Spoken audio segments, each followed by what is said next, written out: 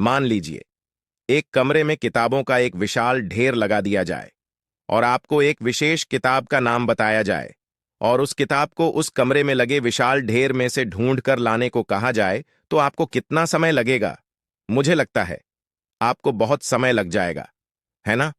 लेकिन उन्हीं किताबों को करीने से बुक शेल्फ में रख दिया जाए तो आपको उस विशेष नाम वाली किताब को ढूंढने में बहुत ही कम समय लगेगा। मेरी इस बात से आप सहमत हैं कि नहीं?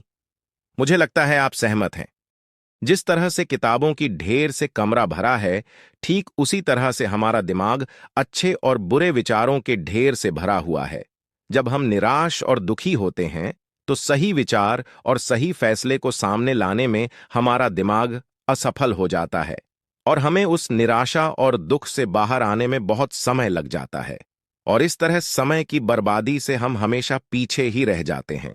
अगर आप अपने विचारों के ढेर को करीने से बुक शेल्फ की तरह दिमाग में रखें तो किसी भी परेशानी में हमारा दिमाग सही विचार और फैसले सही समय पर हमारे सामने लाकर रख देगा। ऐसा करने का सिर्फ एक तरीका है, बस आप हर सुबह मेडिटेशन करना शुरू करो, क्योंकि मेडिटेशन में वह पावर है जो आपको अंदर से कुछ कर गुजरने की ताकत देती है, आपके दिमाग में चलने वाले उथल पुथल को शांत करती है और सही रास्ता दिखाती है और सही निर्णय लेने की क्षमता पैदा करती है। आपको जागना होगा और इस भ्रम को मिटाना होगा कि तुम कमजोर हो। तुम कभी न मरने वाला आत्मा हो, तत्व तुम्हारा सेवक है, तुम तत्व के सेवक नहीं हो। यदि आपकी परिस्थितियों पर अच्छी पकड़ है तो आप याद रखिएगा, जहर उगलने वाला भी आपका कुछ नहीं बिगाड़ सकता।